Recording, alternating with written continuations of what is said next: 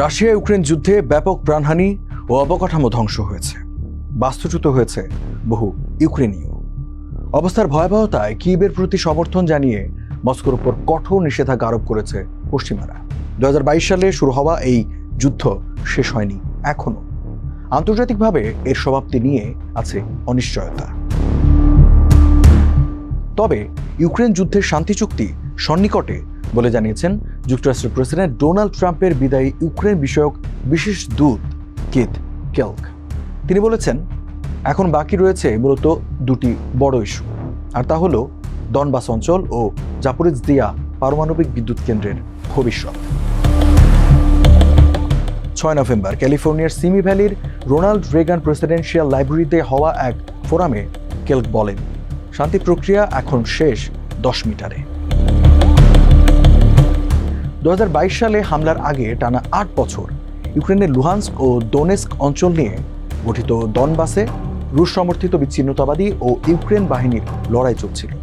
কেলক বলেন, ডনবাসের ভবিষ্যৎ এবং ইউরোপের বৃহত্তম জাপোরিজিয়া বিদ্যুৎ কেন্দ্রের প্রশ্নের সমাধান হলেই বাকি সবকিছু সহজ হবে।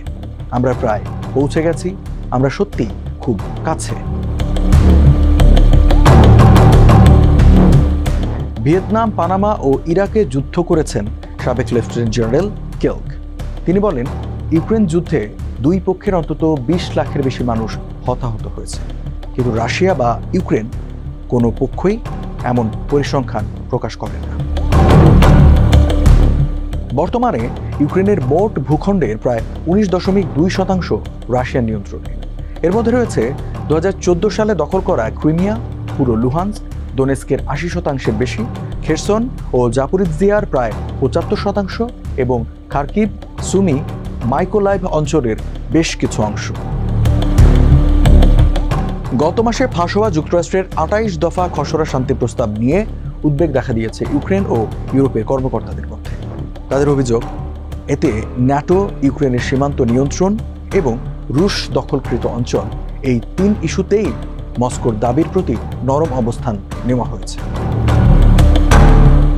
প্রাথমিক মার্কিন প্রস্তাবে বলা হয়েছিল, বর্তমানে বন্ধ অবস্থায় থাকা জাপোরিজিয়ার রিয়েক্টরগুলো চালু হবে আন্তর্জাতিক পারমাণবিক শক্তি সংস্থার তত্ত্বাবধানে, আর উৎপাদিত বিদ্যুৎ সমানভাবে বন্টন হবে রাশিয়া ও ইউক্রেনের মধ্যে।